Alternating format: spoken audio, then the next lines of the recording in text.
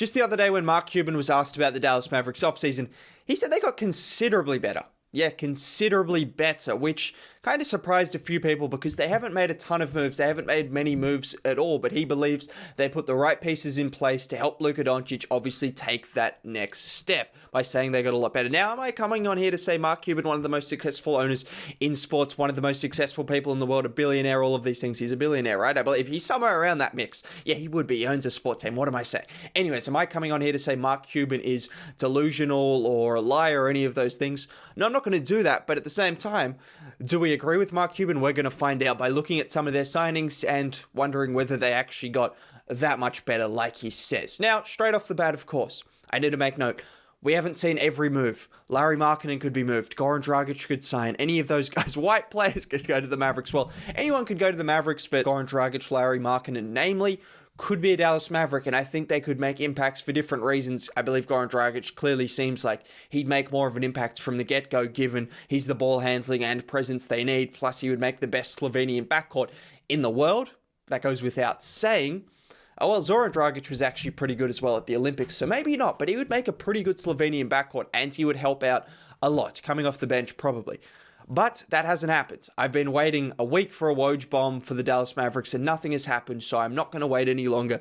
If that does happen, we'll talk about that and we'll discuss that. But as of right now, their offseason, which has got them considerably better, stands as Tim Hardaway Jr. re-signing, Sterling Brown signing, Reggie Bullock, Boban Marjanovic re-signing, and Moses Brown in a trade for Josh Richardson. So on the surface, not a ton has happened, but a few nice signings that we're going to talk about. Before I even do that, before I forget, if you could drop a like on the video, subscribe to the channel if you are new, that would be much appreciated. Now, straight off the top, I want to talk about Reggie Bullock because as a Pistons fan, which I mention all the time, yes, I've seen Reggie Bullock at his best, and at his best, he is a flamethrower. He's simply a flamethrower. He shot 45% in one of the seasons for the Pistons, and the other year he shot about 39% recently for the Knicks. He shot over 40% from three on multiple attempts a game. The guy is a shooter. The only two seasons where he's actually struggled from three recently were the half season he played for the Knicks and the half season he played for the Lakers.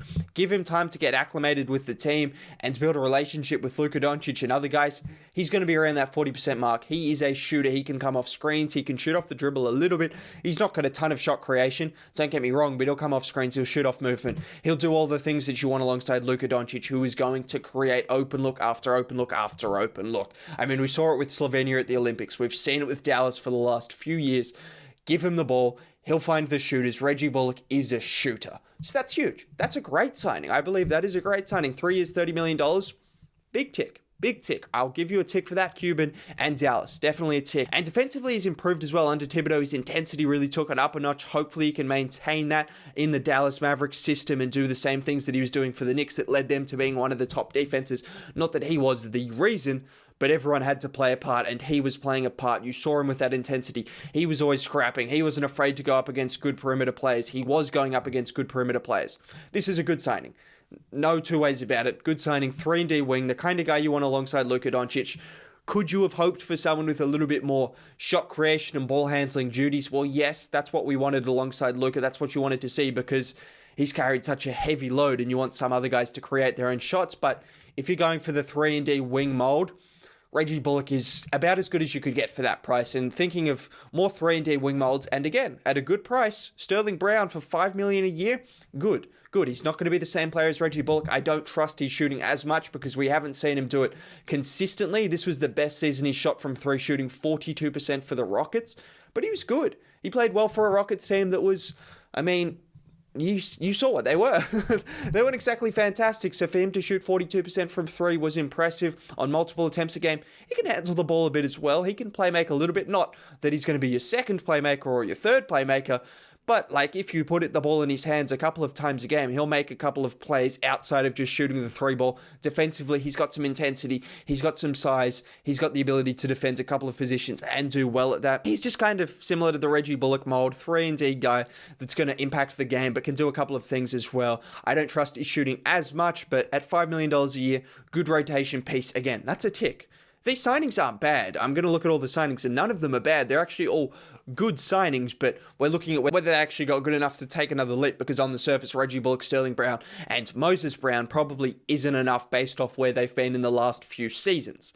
I believe that's the case, but We'll get a little bit deeper into it. Tim Hardaway Jr. as well, they re-signed him. They needed to do that. If they didn't re-sign Tim Hardaway Jr., well, alarm bells would have been ringing. Alarm bells definitely would have been ringing, but they re-signed him. Apparently, he took a pay cut to go to the Mavericks, so shout out to him. Apparently, the Pelicans were offering him a lot more money. That's what I heard. On a 3-year deal, I believe he was getting paid similar amounts of money to his 4-year deal. So that's a good deal. He's someone that, he's a little bit inconsistent, but he was more consistent than not. In the second half of the season, he was a flamethrower. You've seen him in playoff settings perform as well. He's a guy that can handle the ball a little bit as well and create his own shot. Most definitely, he can create his own shot. So that is something that you love about Tim Hardaway Jr. Good signing as well. I don't need to say too many things about that. You know him as Dallas Mavericks fans. He can do a lot of things and he'll be good. And then Moses Brown, who there's been a bit of intrigue about Moses Brown. I've heard a lot of Thunder fans, he's not really at that level now. He might make an impact off the bench, but he's not someone who's going to put up those numbers. Everyone's seen the 20 and 20 game and being like, oh my God, Moses Brown is insane. He's incredible. He's going to be a starting center and or whatnot. Not saying all Mavericks fans said that, but I've seen people say stuff like that. Moses Brown is a steal. All of these things. The Celtics got fleeced. I don't think he's at that level now. He's still a very raw player, but, you know, he'll give you some minutes off the bench. He gives you a little bit of versatility, someone who can grab the boards, run and dunk, catch lobs. You get what he's going to be able to do. He's going to be utilized to his best alongside Luka Doncic, given his athleticism and his ability to catch lobs. You can't complain a ton about Moses Brown. Those are the signings. Boban Marjanovic as well, who we can't forget because Luka's best friends started playoff games, a playoff game. He was pretty good in the playoffs. He gives you some versatility as well, but Luka's best friend is probably his best trade at the moment. Sorry, Boban, but that is probably why you're still a Maverick, and you gave some flexibility. Let's not just completely discredit him. He's got some skill. But that's the Dallas Mavericks offseason as it stands. I like what the Mavericks have done. Have they done enough? I think it still comes down to Kristaps Porzingis and the internal development. Luka Doncic even taking another leap. Yes, I know. It's a lot to ask for someone who just averaged 36, 10 and 8 and just played at the Olympics, played his heart out, and is now coming onto a pretty small offseason. It's a lot to ask for him to go to another level, but you need him to become the best player in the world because you're looking at him as he already potentially is the best player in the world. So I'm not saying he needs to take a huge leap, but definitively, he kind of needs to be that guy where he is clearly the best player in the world. No questions asked, which he can be. I believe he's already in that mix. I can't decide who the best player in the world is. Pretty sure anyone actually saying definitively one way or the other, someone's the best player in the world, I don't really agree with that. I believe all these guys have so many traits that they're so good at, but that's a conversation for a different day. Luka is definitely in that conversation, in my opinion. So to have that guy, you're always looking to compete for a championship, and maybe you need him to take another step. I know, a lot of expectations, a lot to ask of Luka considering how much he's done, but that might be a way to improve. Kristaps Porzingis. Look, I've been higher on Kristaps than other people because we saw what he did in the second half of last season. He was really, really good. It was the best version of Kristaps in the bubble as well. 30 and 10, I say this every time I talk about the Mavericks because I think it needs to be talked about all the time. He was a star. He was an all-star level player in the second half of the season. He looked better defensively. He's doing a lot of things. Come this season, injuries. As of right now, he hasn't been injured, has he? I should have checked that before, but I don't believe he's had an injury this offseason. So if he can stay healthy, fingers crossed, huge, absolutely huge that would be because defensively is where it's at for Kristaps. He needs to be able to move his feet better. He needs to be able to protect the paint. And then offensively, I still believe he's got the talent, he's got the touch, he needs more opportunities. But Kristaps, yeah, he's the X factor for this team. There's no doubt about that. He's the guy getting paid the max contract alongside Luka. He's the guy that has been an all-star in the past. Was he an all-star? I should know that as well. But he's someone who's averaged 25 and 10 the second half of last season. He averaged 20 and 10 or close to it this season. He is still a good player there, but he needs to be better. He needs to be more ready to play in playoff settings and play against teams that throw different sets at him and different ideas with small ball lineups and whatnot.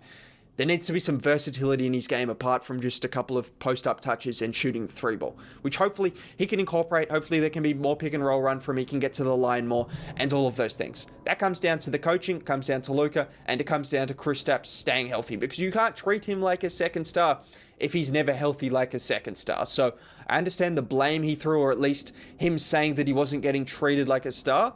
I understand that, Kristaps, but at the same time, to be treated like a star, you need to do things that stars do, which is stay healthy at the end of the day. You haven't been able to do that. You haven't been able to stay consistent. That's my thoughts on Kristaps. I still believe he's the X factor for these guys. Reggie Bullock, great signing. Sterling Brown, good signing. Moses Brown might provide a little bit. Tim Hardaway Jr., great re-signing. Just looking at that on the surface, it's a good offseason. I wouldn't say they got considerably better. I think that's clearly him just gassing it up. What else is he going to say? Oh, we got a little bit better, which is what it was. They got better, added a little bit of depth, added a little bit of shooting, added a little bit of defense. No teams ever don't like doing that. That's always the goal. But at the end of the day, you wanted to add another ball handler alongside Luka Doncic, which you might still do in Goran Dragic, but you need someone else who can take the pressure off him in the regular season and in the playoffs. And you need Kristaps Porzingis to be a lot better. Those are the things that you need to do as well, apart from just signing a couple of 3-and-D wings and a really raw center, which is what you did. But it's a decent offseason for the Mavericks. Is it enough to push them into championship contention? I'm not betting against Luka. I've seen what he can do in a couple of games in the Olympics and against the Clippers. I would not bet against him. I would not bet against him. And if you don't have to face Kawhi Leonard this time, well, there's every chance you make it through to the second rounds and maybe a few rounds further. So the Mavericks are definitely a chance at going further this season. But yeah, their offseason was okay. That moral of the story, their offseason was okay. Hopefully they can get another ball handler or someone else in Dragic or Markkanen, something along those lines. That would make their offseason a much bigger success, a really big success. Anyways, that's my thoughts.